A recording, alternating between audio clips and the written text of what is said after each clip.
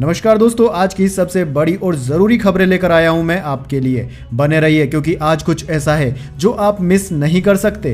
चलिए शुरू करते हैं। बीजेपी मंत्री विजय वर्गीय बोले, मुस्लिम हमें काफिर बोलते हैं। कहा, हम काफिर हैं तो हमारी बनाई सड़क पर मत चलो, लाडली बहना का पैसा भी मत लो। दोस्तों, मध्य प्रदेश के इंदौर से एक बड़ा राजनीतिक बयान सामने आया। प्रदेश के नगरीय प्रशासन मंत्री कैलाश विजयवर्गीय ने एक कार्यक्रम के दौरान ऐसा बयान दिया जिस पर अब बहस शुरू हो गई है।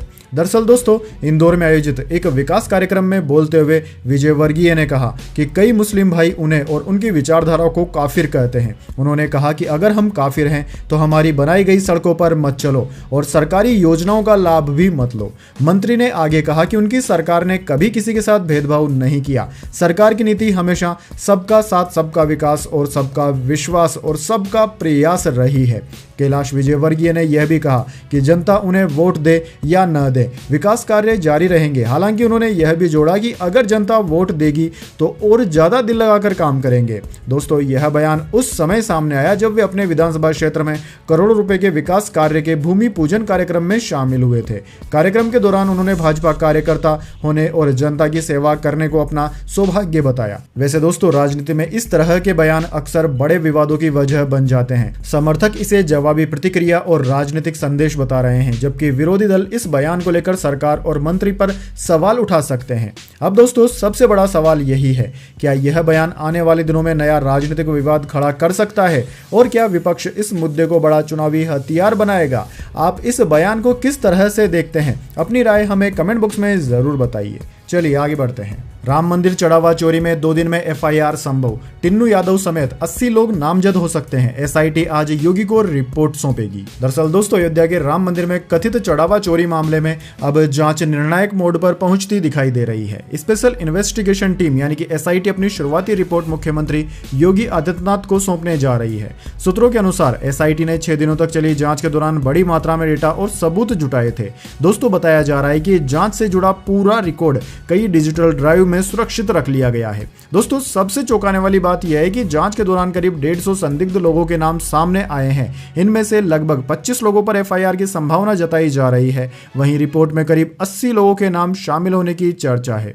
जानकारी मिली है कि आने वाले 1-2 दिनों में एफआईआर भी दर्ज हो सकती है। एफआईआर में कुछ ऐसे नाम भी शामिल हो सकते हैं जो मंदिर प्रशासन और चढ़ावे की व्यवस्था से जुड़े रहे हैं। जांच के केंद्र में एक बड़ा आरोप सीसीटीवी फुटेज को लेकर भी है। बताया जा रहा है कि मंदिर परिसर से जुड़ी कई महीनों की फुटेज को लेकर सवाल उठे हैं और एसआईटी इस पहलू की भी गहराई से जांच कर रही है। इधर दोस्तों, जांच एजेंसी ने जिन लोगों से पूछताछ की है उन्हें अगले आदेश तक अयोध्या नहीं छोड़ने की हिदायत दी गई है। इससे साफ संकेत मिलता है कि जांच अभी और आगे बढ़ सकती है। उधर दोस्तों, एक और जानकारी सामने आई है कि मंदिर निर्माण से जुड़े एक अधिकारी अयोध्या से बाहर चले गए हैं। हालांकि इसको लेकर अभी आधिकारिक पुष्टि नहीं हुई है। अब दोस्तों, सबकी नजर मुख्यमंत्री योगी आदित्यनाथ को सौंपी जाने वाली रिपोर्ट पर है और सवाल यह है, क्या इस रिपोर्ट के बाद बड़ा एक्शन होगा? क्या एफआईआर दर्ज होते ही गिरफ्तारियों का दौर भी शुरू हो जाएगा? और क्या राम मंदिर चढ़ावा चोरी मामला आने वाले दिनों में राष्ट्रीय राजनीति का बड़ा मुद्दा बन सकता है? दोस्तों, आप इस पूरे मामले को किस तरह से देखते हैं? कमेंट बॉक्स में आपकी राय जरूर दीजिए। आपकी राय मायने रखती है। चलिए दोस्तों, आगे बढ़ते हैं। सिंधु जल संधि पर पाकिस्तान की भारत को गीदड़ धमकी, रक्षा मंत्री बोले, जिस पल पानी पर खतरा लगा हम जंग शुरू कर देंगे। दोस्तों, क्या पानी की वजह से भारत और पाकिस्तान के बीच में फिर से जंग शुरू हो सकती है? पाकिस्तान के रक्षा मंत्री ने खुली धमकी दी है कि अगर उनके हिस्से के पानी पर खतरा आया तो पाकिस्तान युद्ध शुरू कर देगा। आखिर सिंधु जल संधि पर ऐसा क्या हुआ? मामला सीधे जंग की धमकी तक पहुंच गया है। जानते हैं पूरी अपडेट। दरअसल दोस्तों, भारत और पाकिस्तान के बीच में एक बार फिर तनाव बढ़ता दिख रहा है। इस बार विवाद की वजह सीमा नहीं बल्कि पानी है। पाकिस्तान के रक्षा मंत्री ख्वाजा आसिफ ने भारत को लेकर बड़ा और विवादित बयान दे डाला। एक पाकिस्तानी टीवी चैनल को इंटरव्यू में उन्होंने कहा कि अगर पाकिस्तान को यह महसूस हुआ कि उसकी जल सुरक्षा खतरे में है तो वह भारत के खिलाफ जंग छेड़ सकता है। ख्वाजा आसिफ ने आरोप लगाया कि भारत पाकिस्तान के हिस्से के पानी के प्रवाह में दखल दे रहा है और पानी को एक रणनीतिक हथियार की तरह इस्तेमाल करने की कोशिश कर रहा है। हालांकि दोस्तों, दिलचस्प बात यह रही कि इंटरव्यू के दौरान उन्होंने खुद यह स्वीकार किया कि पिछले 1 साल में इस मुद्दे पर हुए सभी घटनाक्रमों की उन्हें पूरी जानकारी नहीं है। अब दोस्तों, आपको बताते हैं पूरा विवाद शुरू कहां से हुआ। दरअसल दोस्तों आपको याद होगा अप्रैल 2025 में जम्मू कश्मीर के पहलगाम में हुए आतंकी हमले में 26 लोगों की मौत हो गई थी। इसके बाद भारत सरकार ने बड़ा कदम उठाते हुए इंडस वाटर ट्रीटी को निलंबित कर दिया था। भारत का साफ कहना है कि जब तक पाकिस्तान सीमा पार आतंकवाद के खिलाफ ठोस और प्रभावी कार्यवाही नहीं करता तब तक संधि को बहाल करने का सवाल ही नहीं उठता। दोस्तों सिंधु जल संधि 1960 में हुई थी और इसे दुनिया के सबसे सफल जल समझौतों में से एक गिना जाता रहा है। इस संधि के तहत दोनों देशों के बीच नदियों के पानी के इस्तेमाल को लेकर नियम तय किए गए थे, लेकिन अब पाकिस्तान की तरफ से आई इस जंग वाली चेतावनी ने पूरे मामले को और संवेदनशील बना दिया है। तो दोस्तों सबसे बड़ा सवाल यह है, क्या यह सिर्फ राजनीतिक बयानबाजी है या फिर दोनों देशों के बीच के रिश्ते में एक नया तनाव पैदा होने वाला है। भारत की तरफ से अभी इस बयान पर कोई आधिकारिक प्रतिक्रिया सामने नहीं आई है, लेकिन अंतरराष्ट्रीय स्तर पर इस बयान को गंभीरता से देखा जा रहा है। अब दोस्तों देखना होगा कि आने वाले दिनों में यह विवाद कूटनीतिक बातचीत तक सीमित रहता है या फिर दोनों देशों के बीच में तनाव और बढ़ जाता है। आपको क्या लगता है, क्या पाकिस्तान की यह चेतावनी सिर्फ दबाव बनाने की कोशिश है या मामला वाकई गंभीर है? कमेंट बॉक्स में अपनी राय जरूर दीजिए। वैसे दोस्तों कमेंट करके यह भी बताइए कि हम जिस तरह से न्यूज़ को एक्सप्लेन कर रहे हैं वह अंदाज आपको कैसा लग रहा है। चलिए आगे बढ़ते हैं। पश्चिम बंगाल में मदरसों को मिलने वाली रकम आधी हुई, महिलाओं को नौकरी में 33% आरक्षण, सरकारी कर्मचारियों को 38% डीए। भाजपा सरकार का पहला बजट आया सामने। दोस्तों बंगाल में सत्ता बदलते ही सबसे बड़ा फैसला हो गया है। मदरसों का बजट आधा कर दिया गया है, सरकारी नौकरियों में महिलाओं को 33% आरक्षण दिया गया है और कर्मचारियों का डीए बढ़ाकर 38% कर दिया गया। आखिर भाजपा सरकार के पहले बजट में इसके अलावा और क्या क्या बदला है, विस्तार से जानते हैं। दरअसल दोस्तों पश्चिम बंगाल में भाजपा सरकार ने अपना पहला बजट पेश कर दिया और बजट के कई फैसले अब राजनीतिक बहस का विषय बन गए हैं। वित्त मंत्री स्वपन दास गुप्ता ने विधानसभा में करीब 4,30,000 करोड़ रुपए का बजट पेश किया। इस दौरान मुख्यमंत्री शुभेंदु अधिकारी भी सदन में मौजूद रहे। दोस्तों सबसे ज्यादा चर्चा उस फैसले की हो रही है जिसमें अल्पसंख्यक कल्याण और मदरसा विभाग का बजट काफी कम कर दिया गया। पहले यह फंड 5,700 करोड़ रुपए से ज्यादा का था, जिसे घटाकर लगभग 2,165 करोड़ रुपए कर दिया गया है। यानी कि दोस्तों मदरसों और अल्पसंख्यक कल्याण से जुड़े बजट में बड़ी कटौती देखने को मिली है। लेकिन दोस्तों दूसरी तरफ सरकार ने सरकारी नौकरियों में महिलाओं के लिए बड़ा ऐलान भी किया।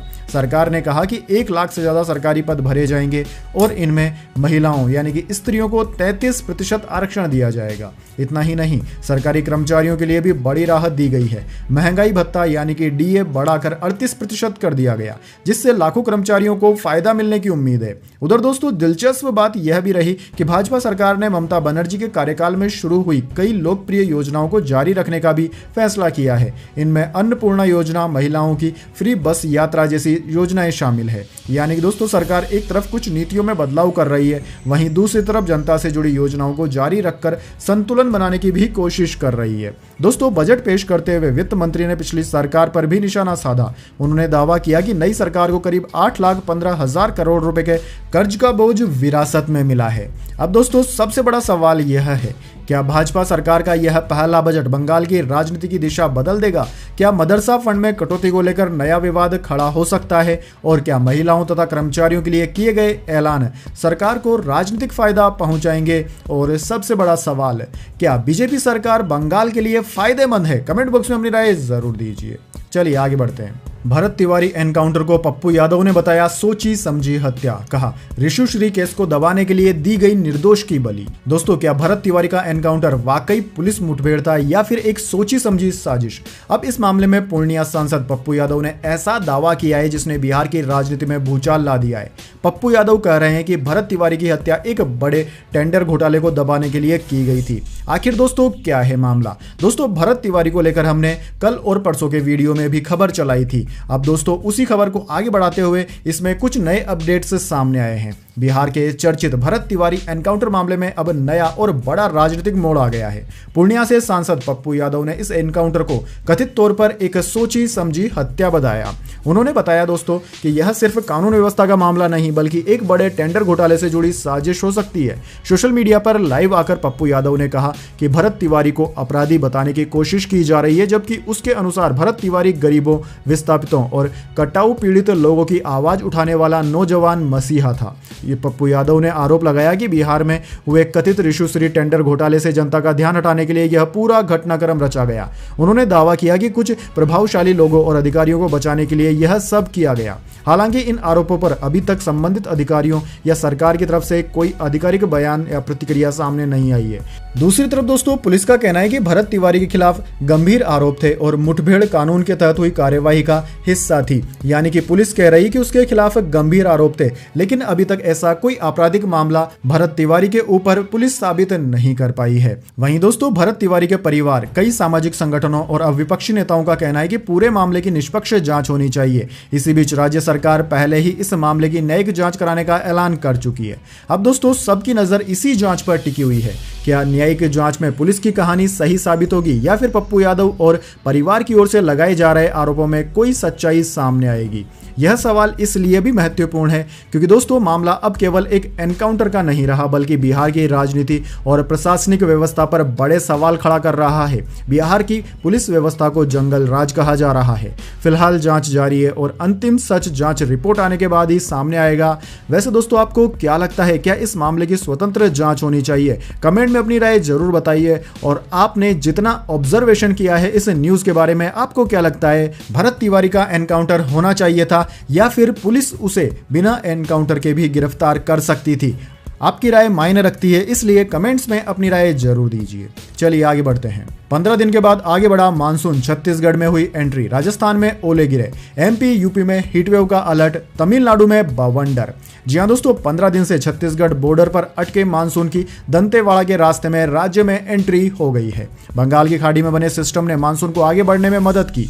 इसके साथ ही बस्तर संभाग में तेज बारिश का अलर्ट जारी हो गया। अगले कुछ दिनों में दोस्तों यह राज्य के बाकी जिलों को भी कवर कर लेगा। वहीं दोस्तों, दूसरी ओर तमिलनाडु के थूथुकोडी में रविवार को बवंडर आया। पहले इसे टॉर्नेडो बताया गया था, लेकिन आईएमडी ने सोमवार को पुष्टि करते हुए कहा कि थूथुकोडी की घटना लोकल कनेक्टिविटी वॉरकेस यानी कि धूल का बवंडर थी। रविवार को मेघालय में भी बारिश हुई। खासी हिल्स जिले के मानसिन राम में 24 घंटे में 530 मिमी बारिश दर्ज की गई। यानी कि दोस्तों, एक रात में यहाँ जितनी बारिश हुई उतनी जोधपुर बीकानेर में 6 महीने में होती है। राजस्थान के श्री गंगानगर की बात करें तो दोस्तों, यहाँ पर ओले गिरे। वहीं मध्य प्रदेश के 5 जिलों में आज हीट वेव का अलर्ट जारी किया गया है, जबकि उत्तर प्रदेश के 38 जिलों में लू चल सकती है। वैसे दोस्तों, कमेंट करके बताइए आप इस वीडियो को देश के कौन से राज्य से देख रहे हैं।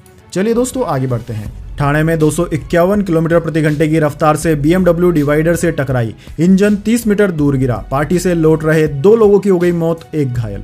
दरअसल दोस्तों, महाराष्ट्र के ठाणे में बदलापुर के पास मुंबई दिल्ली एक्सप्रेसवे पर तेज रफ्तार BMW कार डिवाइडर से टकरा गई, जिसमें 2 लोगों की मौत हो गई, जबकि कार चला रहा युवक घायल हो गया। टक्कर दोस्तों इतनी जोरदार थी कि कार के कई टुकड़े हो गए। कार का इंजन हादसे वाली जगह से करीब 30 मीटर दूर जा गिरा। वहां शव भी रोड पर बिखर गए। दोस्तों, मृतकों की पहचान योगेश नेगी और रेबिका जेकब के रूप में हुई है। इनकी उम्र 26 साल और 24 साल थी। दोनों बांद्रा में रहते थे। घायल अंगद का कल्याण के फोर्टिस अस्पताल में इलाज चल रहा है। BMW उसी की थी।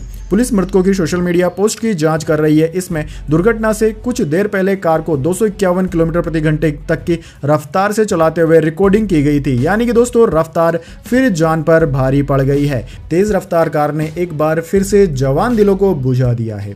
पुलिस के अनुसार मृतक योगेश नेगी का जन्मदिन था। शनिवार शाम को अंगद, रेबिका और योगेश ने बदलापुर में बर्थडे सेलिब्रेट किया था। फिर एक्सप्रेस वे की ओर कार लेकर निकल पड़े थे। पुलिस को 9,000 रुपए का एक बिल भी मिला है। एक्सप्रेस वे पर गाड़ियों की आवाजाही रोकने के लिए कई जगह पर कंक्रीट बैरिकेड लगाए गए हैं। दोस्तों, एक चश्मदीद ने बताया कि मैं शनिवार देर रात टहल रहा था, तभी 2 से 3 बजे के बीच कार 2 बार बहुत तेज रफ्तार में पास से गुजरी। तीसरी बार में टक्कर की आवाज सुनी। जब मौके पर पहुंचे तो गाड़ी पूरी तरह से चकनाचूर हो चुकी थी। एक युवती काफी दूर जाकर गिरी थी, वहीं एक युवक का सिर फट गया था। चलिए दोस्तों, जान लेते हैं इसके बाद अगली बड़ी खबर। लेकिन उससे पहले मेरी आपसे छोटी सी रिक्वेस्ट है, अगर दोस्तों आपको अभी तक हमारी न्यूज पसंद आई तो इसे एक छोटा सा लाइक जरूर दे दीजिए। चलिए आगे बढ़ते हैं। सेंसेक्स 291 अंक चढ़कर 77,094 पर बंद हुआ। निफ्टी में भी 79 अंकों की तेजी रही। मीडिया और फार्मा शेयरों में सबसे ज्यादा खरीदारी।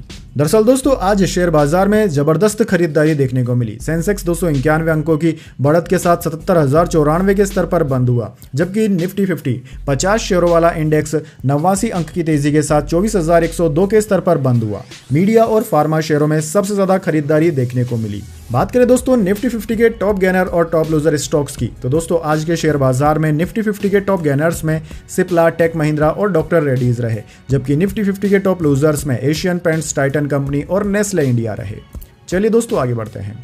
चांदी आज 5,826 रुपए महंगी हुई, 2.37 लाख पर पहुंची। सोने का दाम 1,694 रुपए बढ़ा। 10 ग्राम 24 कैरेट सोना 1.46 लाख का हुआ। दरअसल दोस्तों सोने और चांदी के दाम में आज तेजी देखने को मिली है। Indian Boolean and jewellers association यानी कि IBJ के अनुसार 1 किलो चांदी 5,826 रुपए बढ़कर 2.37 लाख रुपए पर पहुंची। इससे पहले गुरुवार को इसकी कीमत 2.32 लाख रुपए प्रति किलोग्राम थी। वहीं दूसरी ओर दोस्तों सोने की कीमतों की बात करें तो 10 ग्राम 24 कैरेट सोना 1,694 रुपए बढ़कर 1.46 लाख रुपए पर पहुंच गया। एक दिन पहले इसकी कीमत 1.44 लाख रुपए थी। दोस्तों आपकी जानकारी के लिए बता दें, इस साल सोने और चांदी की कीमत में लगातार उतार चढ़ाव देखने को मिल रहा है। 31 दिसंबर 2025 को सोने के दाम 1.33 लाख रुपए पर थे, जो 29 जनवरी को बढ़कर 1.76 लाख रुपए के सबसे ऊपरी स्तर पर पहुंच गए थे। तब से अब तक सोना 30,000 रुपए सस्ता हो चुका है। चलिए दोस्तों आगे बढ़ते हैं। ब्रिटिश प्रधानमंत्री स्टारमर का इस्तीफा, 100 से ज्यादा सांसद विरोध में थे। 7 साल में ब्रिटेन के 5वें प्रधानमंत्री ने छोड़ा पद।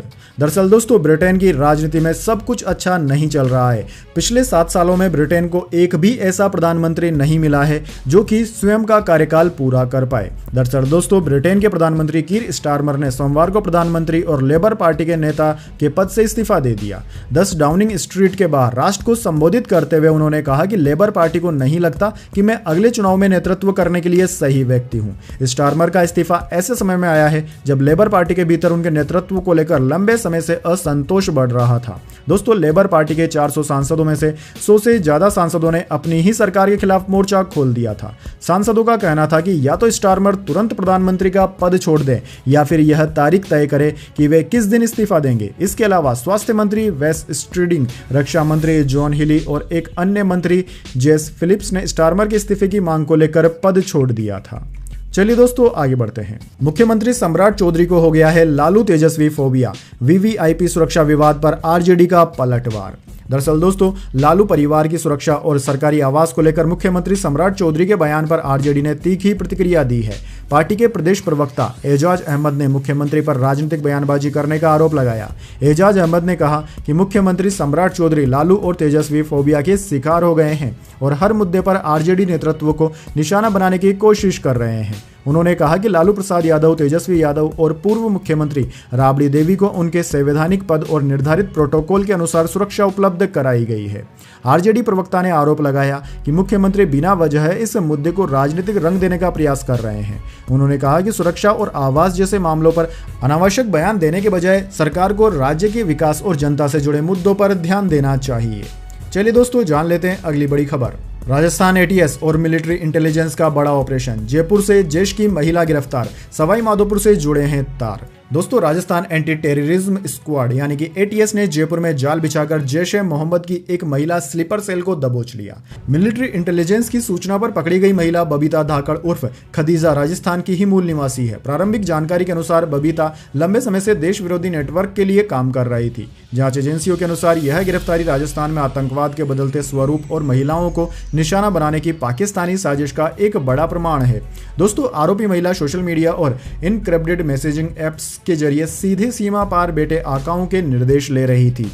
सुरक्षा बलों और खुफिया एजेंसियों की पूछताछ में जो तथ्य सामने आए हैं वे बेहद चौंकाने वाले हैं। बबीता धाकड़ मूल रूप से राजस्थान के सवाई माधोपुर जिले की रहने वाली है। कुछ समय पहले वह इंटरनेट पर कुछ ऐसे संदिग्ध ग्रुप्स और प्रोफाइल्स के संपर्क में आई जो युवाओं को कट्टरपंथी बनाने का काम करते हैं। दोस्तों प्रारंभिक जानकारी के अनुसार ATS ने बबीता के पास से मिले स्मार्टफोन और डिजिटल उपकरणों की तकनीकी फोरेंसिक जांच शुरू की तो देश के बड़े आतंकी हमलों के मास्टरमाइंड से उसके तार जुड़े मिले। बबीता के मोबाइल कॉन्टैक्ट्स और चैट हिस्ट्री में भारत के सबसे वांटेड आतंकवादियों के करीबी नेटवर्क के नंबर सक्रिय पाए गए थे।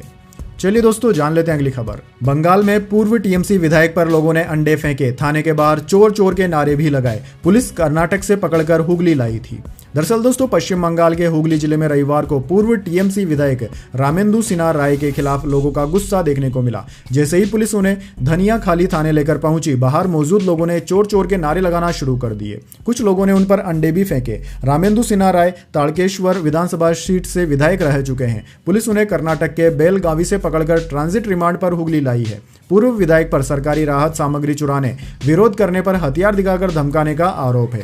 बंगाल विधानसभा चुनाव के बाद टीएमसी कार्यकर्ताओं के खिलाफ विरोध का यह छठा मामला सामने आया है। राज्य में बीजेपी सरकार बनने के बाद टीएमसी नेताओं को लोगों के विरोध का सामना करना पड़ रहा है। कई नेता गिरफ्तार हो चुके हैं। बीजेपी भी जमकर टीएमसी नेताओं पर कार्यवाही कर रही है।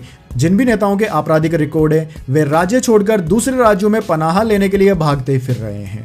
चलिए दोस्तों आगे बढ़ते हैं। कॉकरोच जनता पार्टी का प्रदर्शन तीसरे दिन भी जारी। जंतर मंतर पर मोमबत्तियां लेकर आने की अपील। कहा देश भर के किसान भी आंदोलन में शामिल हो। दोस्तों दिल्ली के जंतर मंतर पर एक ऐसा प्रदर्शन चल रहा है जिसे पुलिस ने सिर्फ कुछ घंटों की अनुमति दी थी, लेकिन अब ये आंदोलन तीसरे दिन में पहुंच चुका है। सवाल ये है कि आखिर कौन है ये लोग जो गिरफ्तारी और पुलिस कार्रवाई की चेतावनी के बावजूद हटने को तैयार नहीं है। दोस्तों नीट पेपर लीक को लेकर कॉकरोच जनता पार्टी यानी कि सीजेपी का आंदोलन अब लगातार तीसरे दिन में प्रवेश कर चुका है। प्रदर्शनकारियों की मांग साफ है, केंद्रीय शिक्षा मंत्री धर्मेंद्र प्रधान का इस्तीफा और नीट से जुड़े छात्रों को न्याय मिले। दोस्तों इस आंदोलन की अगुवाई कर रहे सीजेपी के फाउंडर अभिजीत दीपके, उनका दावा है कि देश भर से छात्र और अभिभावक इस आंदोलन का समर्थन कर रहे हैं और हर दिन भीड़ बढ़ती जा रही है। दोस्तों सबसे दिलचस्प बात यह है कि दिल्ली पुलिस ने इस प्रदर्शन की अनुमति केवल शनिवार शाम 5 बजे तक दी थी, लेकिन समय खत्म होने के बाद भी प्रदर्शन वहां से नहीं हटे। पुलिस ने उन्हें हटाने की कोशिश की, लेकिन प्रदर्शन जारी रहा और लोग रात भर जंतर मंतर पर डटे रहे। अब दोस्तों आंदोलन को और बड़ा बनाने की तैयारी की जा रही है। सीजेपी ने लोगों से अपील की है कि शाम 5:30 बजे मोमबत्तियां लेकर जंतर मंतर पहुंचे और उन छात्रों को श्रद्धांजलि दें जिन्होंने नीट विवाद के बीच अपनी जान गंवा दी। दोस्तों अभिजीत दीपके ने एक और बड़ा बयान दिया। उन्होंने कहा कि जब किसान आंदोलन चल रहा था तब छात्रों ने किसानों का साथ दिया था। अब छात्रों की लड़ाई में किसानों को भी आगे आना चाहिए। उन्होंने देश भर के किसानों से दिल्ली पहुंचने और आंदोलन में शामिल होने की अपील की है। यानी कि दोस्तों यह आंदोलन अब सिर्फ छात्रों तक सीमित नहीं रहना चाहता, बल्कि इसे एक बड़े जन आंदोलन का रूप देने की कोशिश हो रही है। लेकिन दोस्तों सबसे बड़ा सवाल यही है, क्या सरकार इस दबाव के आगे कोई बड़ा फैसला लेगी? क्या शिक्षा मंत्री धर्मेंद्र प्रधान पर इस्तीफे का दबाव बढ़ेगा? और क्या जंतर मंतर का यह प्रदर्शन आने वाले दिनों में देश भर के छात्रों और किसानों को एक मंच पर लेकर आएगा? इन सवालों के जवाब अगले कुछ दिनों में साफ हो सकते हैं। उद्धव ठाकरे के 6 सांसद शिंदे की शिवसेना में हो गए शामिल। 4 साल में दूसरी बार टूटी। शिंदे बोले छक्का लगाया। आदित्य ने पाला बदलने वालों को बिकाऊ कहा। दरअसल दोस्तों महाराष्ट्र में उद्धव ठाकरे गुट की शिवसेना के 9 में से 6 सांसद सोमवार को एकनाथ शिंदे वाली शिवसेना में शामिल हो गए। बागी सांसदों ने उप मुख्यमंत्री एकनाथ शिंदे के साथ उनके नंदन वन बंगले पर बैठक की। इसके बाद बागी सांसदों ने शिंदे के साथ प्रेस कॉन्फ्रेंस करके पार्टी बदलने का ऐलान कर दिया। दोस्तों इस दौरान शिंदे ने कहा कि जब 2022 में हमने पार्टी और धनुष बाण बचाने के लिए विद्रोह किया था तब 40 विधायक थे और अब छक्का लग चुका है। हमारी लड़ाई बाला साहेब के विचारों को बचाने के लिए है, इसलिए आज ये 6 सांसद बाला साहेब की असली शिवसेना में शामिल हुए। उधर दोस्तों उद्धव ठाकरे के बेटे आदित्य ठाकरे ने एक्स पर लिखा कि पार्टी छोड़ने वाले सांसदों ने साबित कर दिया कि उनकी वफादारी बिकाऊ है। कम से कम यह मान लीजिए कि लालच की वजह से आपने रातों रात बिना किसी शर्म के यह सब छोड़ दिया। दरअसल दोस्तों 6 सांसदों के शामिल होने के बाद लोकसभा में शिंदे गुट के सांसदों की संख्या 7 से बढ़कर 13 हो गई है। वहीं उद्धव गुट में 9 में से सिर्फ 3 सांसद बचे हैं। 2022 के बाद शिवसेना में दूसरी बार यह टूट हुई है। वैसे दोस्तों आपको क्या लगता है? कमेंट करके बताइए इस टूट के पीछे का मास्टरमाइंड कौन हो सकता है। चलिए दोस्तों आगे बढ़ते हैं। सरकार को ज्यादा बच्चे पैदा करने वालों को इनाम देना चाहिए। असम में मौलाना बदरुद्दीन अजमल का बयान। दोस्तों असम में all India United democratic front के अध्यक्ष मौलाना बदरुद्दीन अजमल ने बड़ा बयान दिया है। उन्होंने असम की घटती जनसंख्या पर चिंता जताते हुए कहा कि सरकार को ज्यादा बच्चे पैदा करने वालों को इनाम देना चाहिए और उन्हें जरूरी सुविधाएं भी मुहैया करवानी चाहिए। मौलाना के इस बयान के बाद सियासी गलियारों में वार पलटवार की स्थिति तेज होने की उम्मीद है। बदरुद्दीन अजमल ने सोमवार को असम विधानसभा के सदस्य के तौर पर शपथ ली थी। दोस्तों शपथ लेते ही उन्होंने यह बयान दे दिया।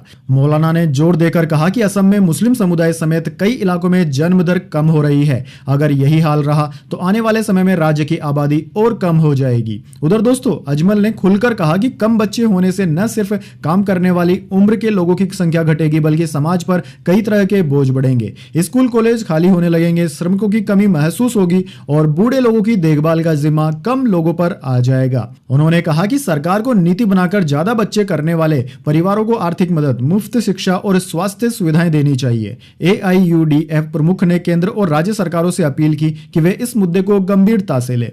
वैसे दोस्तों आप कमेंट करके बताइए, भारत को जनसंख्या बढ़ाने की जरूरत है या फिर घटाने की जरूरत है?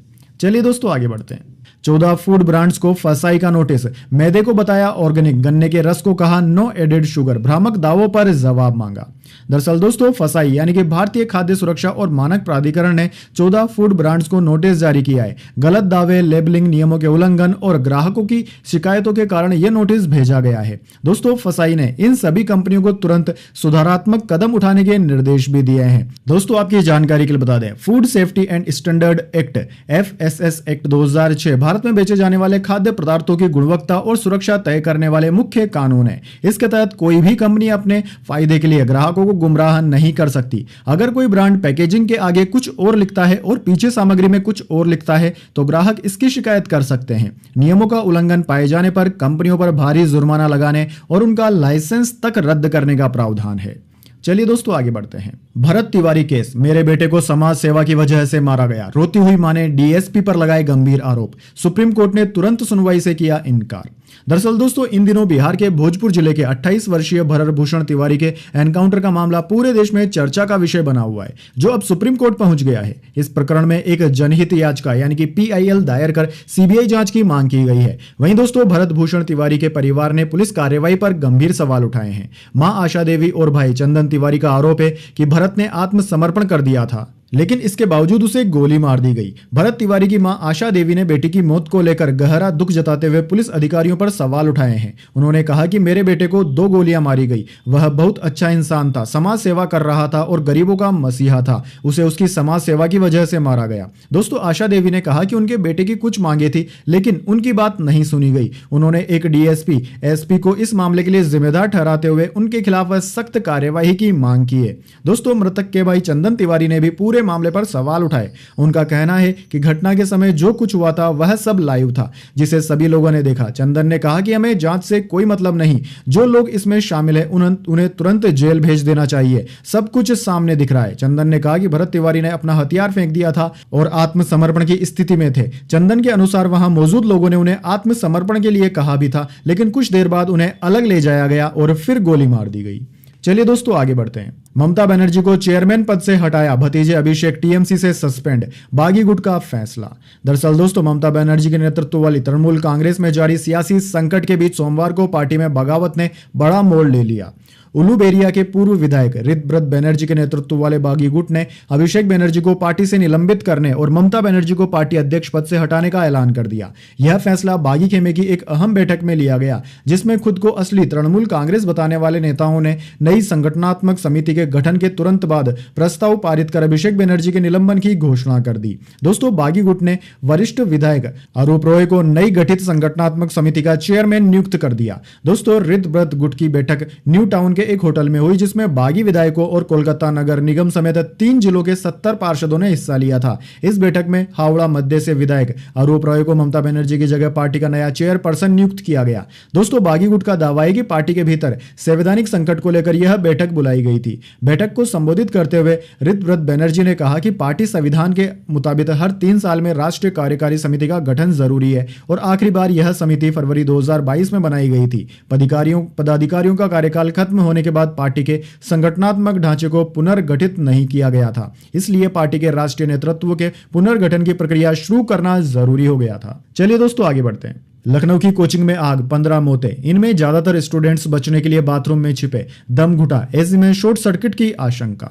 दरअसल दोस्तों यूपी की राजधानी लखनऊ में सोमवार दोपहर लगभग 2:15 बजे एक इमारत में आग लग गई। हादसे में अब तक 15 लोगों की मौत हो चुकी है। इनमें 3 महिलाएं और 12 पुरुष शामिल है। ज्यादातर स्टूडेंट्स हैं। जिस बिल्डिंग में दोस्तों आग लगी वह अलीगंज इलाके में है। बेसमेंट, ग्राउंड और पहले फ्लोर पर पेट शॉपिंग और क्लिनिक है। दूसरे फ्लोर पर लर्निंग स्पेस नाम की लाइब्रेरी, कोचिंग और हेड हॉपर स्टूडियो है, जिसमें 3D आर्ट प्रोडक्शन और गेम एसेट आउटसोर्सिंग का काम होता है। दोस्तों जानकारी के अनुसार आग फैलने के बाद दूसरे फ्लोर पर चल रही कोचिंग में छात्रों ने खुद को बाथरूम में बंद कर लिया था। जान बचाने के लिए जयंत नाम का एक बच्चा पहले फ्लोर से कूद गया। वहीं 5 लोग तारों के सहारे लटक कर नीचे उतरे। जो बच्चा कूदा था वह गंभीर रूप से घायल हो गया क्योंकि वो रेलिंग से टकरा गया था। इसके अलावा दम घुटने और आग की वजह से लगभग 15 स्टूडेंट्स की मौत हो गई। अभी फिलहाल आग लगने की वजह सामने नहीं आई है, लेकिन बेसमेंट में लगे एसी में शॉर्ट सर्किट से आग लगने की आशंका हो सकती है। फायर ब्रिगेड की करीब 10 गाड़ियों ने आग पर काबू पा लिया। एसडीआरएफ और एनडीआरएफ की टीम भी पहुंची थी। फायर कर्मियों ने बिल्डिंग की पीछे की दीवार को तोड़ा, जिससे शव निकाले गए।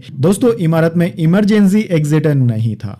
चलिए दोस्तों आगे बढ़ते हैं। राहुल गांधी की स्कूबा डाइविंग पर 26 करोड़ रुपए खर्च। कांग्रेस बोली रिजिजू बदनामी फैलाने वाले मंत्री बने, ग्रेट निकोबार प्रोजेक्ट से ध्यान भटकाना चाहते हैं। दरअसल दोस्तों कांग्रेस और भाजपा के बीच ग्रेट निकोबार प्रोजेक्ट को लेकर चल रही राजनीतिक जंग अब राहुल गांधी की स्कूबा डाइविंग तक पहुंच गई है। केंद्रीय मंत्री किरण रिजिजू ने दावा किया कि राहुल गांधी की अंडमान में की गई स्कूबा डाइविंग पर 26 करोड़ रुपए खर्च किए गए थे। इस बयान के बाद कांग्रेस सांसद मणिकम टैगोर ने सोमवार को रिजिजू पर निशाना साधते हुए कहा कि उन्होंने अब मानहानि मंत्री की भूमिका अपना ली है। टैगोर ने आरोप लगाया कि केंद्रीय मंत्री का बयान तथ्यों से परे है। उनका मकसद अंडमान निकोबार में पर्यटन को हतोत्साहित करना है या फिर वे ग्रेट निकोबार प्रोजेक्ट पर उठ रहे सवालों से लोगों का ध्यान भटकाना चाहते हैं। दरअसल दोस्तों राहुल गांधी का आरोप है कि सरकारी नक्शों से कोरल रीफ हटा दी गई है। राहुल गांधी ने 16 मिनट का एक वीडियो शेयर किया जिसमें उन्होंने बताया कि वे भारत के सबसे दक्षिण छोर इंदिरा पॉइंट पर गए, दुनिया के सबसे शानदार कोरल रीफ मूंगा चट्टानों के बीच गोता लगाया। राहुल ने आरोप लगाया कि आदिवासी समुदाय की जमीन वन अधिकार अधिनियम का उल्लंघन करके छीनी जा रही है। लगभग 1.5 करोड़ पेड़ काटे जा रहे हैं। सरकारी नक्शों से कोरल रीफ को हटा दिया गया है। जिस इलाके की बात हो रही है वह नई दिल्ली से लगभग 4 गुना बड़ा है। वहीं दोस्तों भारत सरकार के अनुसार यह लगभग 90,000 करोड़ के बहुउद्देशीय परियोजना है, जिसमें अंतरराष्ट्रीय ट्रांसशिपमेंट पोर्ट, एयरपोर्ट, बिजली संयंत्र और एक नया टाउनशिप बनाने की योजना है। सरकार का कहना है कि यह भारत की समुद्री सुरक्षा, व्यापार और इंडो पैसिफिक रणनीति के लिए जरूरी है। सरकार इसे महत्वपूर्ण मानती है क्योंकि ग्रेट निकोबार दुनिया के सबसे व्यस्त समुद्री मार्गों में से एक है। मलक्का स्ट्रेट में एंट्री एरिया के बेहद करीब है। यह वैश्विक व्यापार और ऊर्जा आपूर्ति के लिए महत्वपूर्ण रूट है। चलिए दोस्तों जान लेते हैं अगली खबर। प्रशांत महासागर में बन रहा है गोडजिला अल नीनो, समुद्र में गर्मी बढ़ी। नासा ने सैटेलाइट फोटोज जारी की। दुनिया भर में बाढ़ और सूखे की आशंका। दरअसल दोस्तों दुनिया एक बार फिर बड़े जलवायु बदलाव की ओर बढ़ रही है। प्रशांत महासागर में अल नीनो तेजी से मजबूत हो रहा है। नासा की जेट प्रोपल्स लेबोरेटरी JPL के अनुसार पश्चिमी प्रशांत महासागर में वैसे ही परिस्थितियां बन रही है जैसी 1997 में बनी थी। दोस्तों उस समय इतिहास का सबसे शक्तिशाली गोडजिला अल नीनो बना था। वैज्ञानिकों का मानना है कि यह हाल के सालों का सबसे प्रभावशाली अल नीनो हो सकता है। नासा के सैटेलाइट ने समुद्र में जमा हो रही भारी मात्रा में गर्मी की फोटो और आंकड़े जारी किए हैं। 1997-98 के अल नीनो के कारण दुनिया के कई हिस्सों में भीषण बाढ़, सूखा, फसलों को भारी नुकसान और रिकॉर्ड स्तर की गर्मी दर्ज की गई थी। अब दोस्तों वैज्ञानिकों ने आशंका बताइए कि मौजूदा अल नीनो भी उसी दिशा में बढ़ रहा है, यानी कि पूरी दुनिया में भीषण बाढ़, सूखा और फसलों की भारी कमी होने वाली है, यानी गरीबी, खाद्य संकट आने वाला है।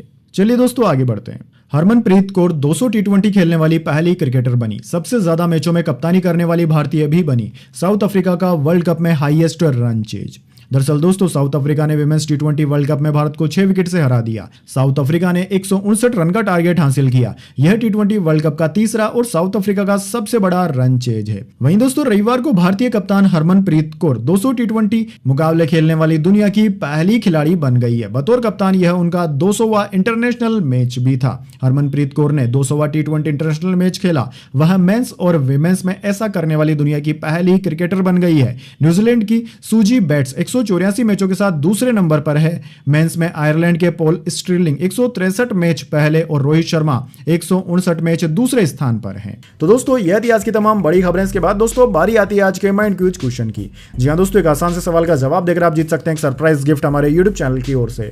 तो दोस्तों आज का सवाल आपकी स्क्रीन पर आ चुका है। स्वतंत्र भारत के पहले शिक्षा मंत्री का नाम क्या है? जी हां दोस्तों, अगर आप जानते हैं स्वतंत्र भारत के पहले शिक्षा मंत्री का नाम क्या है तो जल्दी से उनका नाम कमेंट्स में लिख दीजिए। अगर दोस्तों आपका जवाब जवाब होता है एकदम सही और आप चुन जाते हैं लकी विजेता के रूप में, तो आपको मिल सकता है एक सरप्राइज गिफ्ट हमारे यूट्यूब चैनल की ओर से। तो दोस्तों जल्दी से अपना उत्तर कमेंट बॉक्स में लिख दीजिए, वीडियो को लाइक कर लीजिए और चैनल को सब्सक्राइब करके बेल आइकन जरूर से दबा ले ताकि हर वीडियो की नोटिफिकेशन सबसे पहले आप तक पहुंच सके। धन्यवाद। वंदे मातरम। जय हिंद, जय भारत।